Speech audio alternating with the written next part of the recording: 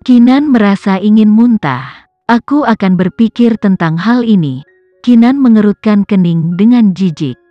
Arkan melompat kegirangan. Oke, luangkan waktumu untuk mencari tahu. Hubungi aku jika kamu sudah selesai. Aku akan menunggumu. Kemudian, dia pergi dengan pinggul bergoyang karena kegembiraan belaka. Dia terlalu larut dalam kebahagiaannya sendiri untuk menyadari tatapan mematikan sedang menatapnya dari belakang. Vano telah berjalan keluar dari salah satu kamar dan menatap punggung Arkan, mencapnya untuk kematian. Kinan memandangnya dan bertanya, "Bagaimana menurutmu tentang lamarannya?" "Dia mencari kematian," Vano menyimpulkan dengan dingin. Dia hampir kehabisan untuk mematahkan leher Arkan ketika dia menyebutkan memiliki anak dengan Kinan. Meskipun kata-katanya ditujukan pada Sheila, Vano masih merasa itu adalah pelanggaran yang tak termaafkan. Kinan mengangguk sedikit, menandakan persetujuannya. Arkan sedang mencari kematian. Jika bukan karena dia masih membutuhkan informasi dari Arkan, dia pasti sudah menghancurkannya. Dia masih memiliki kegunaannya, jadi dia menahannya untuk sementara waktu lebih lama. "Apa yang kamu rencanakan?" Vano duduk di seberangnya dan bertanya.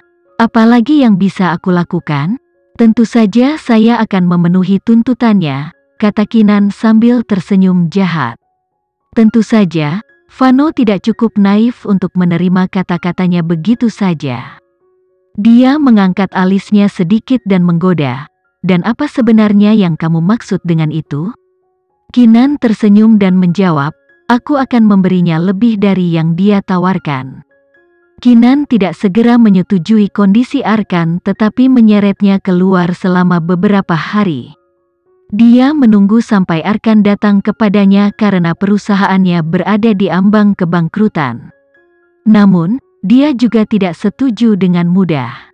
1 triliun adalah jumlah uang yang terlalu besar untuk diminta entah dari mana, meskipun ayahku pernah membantu keluarga Dirgantara. "Mereka hanya bisa memberiku 700 juta miliar, ambil atau tinggalkan," Kinan memberitahu Arkan dengan serius. Wajah Arkan memang sangat marah, tetapi dia sangat membutuhkan uang saat itu dan 3 masih lebih besar dari 0. Lebih jauh lagi, hal yang benar-benar diinginkannya adalah barang yang dimiliki Sheila. 700 juta miliar adalah bonus tambahan. "Baik, beri aku segalanya, tidak kurang 1 rupiah pun," Arkan mendesis dengan gigi terkatup, masih kesal karena kehilangan 200 juta. "Kalau begitu tanda tangani ini sekarang." Kinan menjatuhkan surat cerai di atas meja. Dia sudah memberikan dokumen kepada Sheila yang asli untuk menandatangani bagiannya lebih awal. Arkan bahkan tidak melihat kertasnya. Dia menatapnya dan tertawa nakal. "Aku akan melakukannya setelah kamu menyerahkan uang dan barang-barang itu." Kinan mengangguk dengan mudah. "Tentu, tapi aku punya pertanyaan untukmu. Kamu harus menjawabnya dengan jujur atau aku tidak akan memberimu apa-apa. Aku tidak keberatan mengulur waktumu selama aku bisa hidup. Lagi pula, dengan begitu banyak uang, aku bisa menghilang ke sudut dunia manapun dan belilah identitas baru untuk diriku sendiri. Kamu tidak akan bisa menyentuhku." Wajah Arkan jatuh. Kinan benar, dia lebih unggul dalam perdagangan ini. Dia hanya tidak berharap dia akan cukup pintar untuk menyadari itu.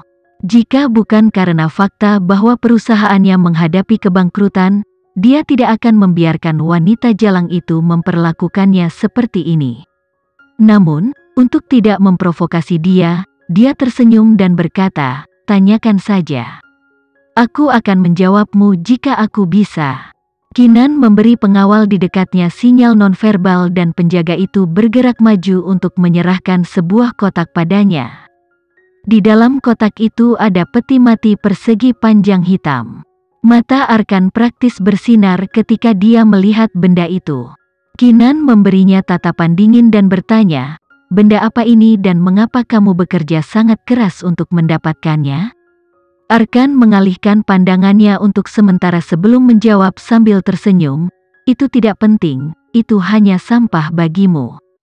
Tapi, itu hanya sedikit nilainya bagiku. Mengapa itu berharga bagimu? Itu tidak ada hubungannya denganmu kan? Baik, jaga, simpan ini dan bawa dia keluar. Arkan, kamu tidak akan mendapatkan apa-apa dariku, Kinan memerintahkan dengan tenang saat penjaga itu bergerak menuju Arkan. Arkan tahu dia terpojok. Aku harus mengungkapkan sesuatu, dia memperingatkan dirinya sendiri, tetapi tentu saja tidak semuanya. Setelah ragu-ragu, dia mengungkapkan, ini adalah jenis logam langka. Logam, Kinan berkata dengan sedikit terkejut. Dia mempelajari peti mati hitam di tangannya dan menyadari bahwa itu memang terlihat metalik, itu jelas bukan logam biasa. Ini karena benda itu sangat ringan, sedemikian rupa sehingga Kinan mengira benda itu kosong, sebuah pengamatan yang terbukti salah setelah dianalisis. Dia tidak memikirkan kemungkinan itu menjadi logam langka. Logam apa? Kinan mengikuti. Kamu tidak akan tahu bahkan jika aku memberitahumu, dan mengapa aku menginginkannya, itu juga bukan urusanmu. Itu saja yang bisa aku katakan, aku tidak tahu lebih dari itu. Bagaimana kamu tahu aku memiliki ini? Kinan menekan. Arkan tersenyum. Itu juga bukan urusanmu. Satu-satunya hal yang perlu kamu ketahui adalah itu tidak berguna bagimu tetapi sangat berguna bagiku. Bukankah kamu baru saja mengatakan itu tidak berharga untukmu? Kinan tertawa. Arkan, jika kamu tidak memberiku lebih dari itu, maka mungkin kesepakatan kita akan berakhir. Arkan memikirkannya dan mulai tertawa seolah dia tidak peduli dengan ancamannya sama sekali. Sheila, bahkan jika kamu tidak memberikannya kepadaku, aku akan menemukan cara lain untuk mendapatkannya pada akhirnya. Tapi jangan berpikir kamu bisa menjebakku dengan kata-katamu dan membuatku mengungkapkan lebih banyak. Itu tidak mungkin. Kemudian, dia berdiri untuk meluruskan jasnya. Sepertinya kamu ingin tetap menikah denganku. Aku mengerti kenapa, bagaimanapun juga, aku adalah tangkapan yang bagus. Tapi kukatakan padamu, setelah aku keluar dari pintu ini, aku akan pergi ke kantor polisi dan membuat laporan polisi dan pernyataan media untuk mengungkapkan kepada dunia bagaimana kamu telah menipuku dengan Vano. Mari kita lihat apakah keluarga Dirgantara masih akan menutupimu setelah itu. Setelah serangkaian tawa, Arkan yang berani berbalik untuk pergi. Arkan, apakah kamu tidak takut keluarga Dirgantara akan mengejarmu? Kinan berkata perlahan. Arkan berbalik untuk menertawakannya. Faktanya, aku khawatir mereka tidak akan melakukannya karena aku masih membutuhkan sesuatu yang bisa aku gunakan untuk melawan kalian berdua. Sheila, aku tidak punya apa-apa sekarang. Apakah kamu tahu apa artinya itu? Kinan menatapnya dengan lembut, tanpa mengucapkan sepatah kata pun.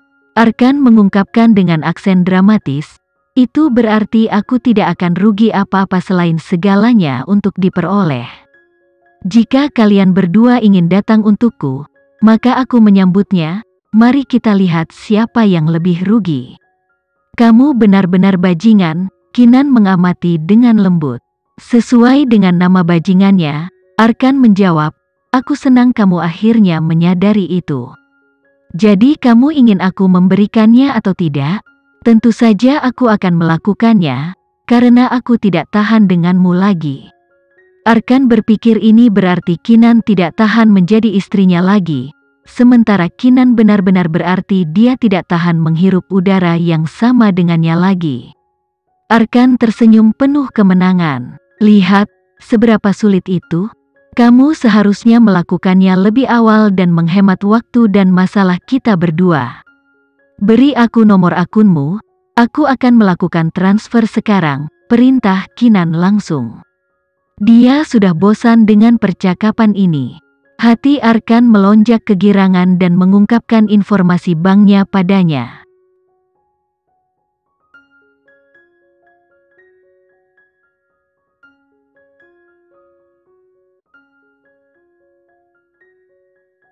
Sekian dulu ya video kali ini, kita lanjutkan lagi videonya di lain waktu.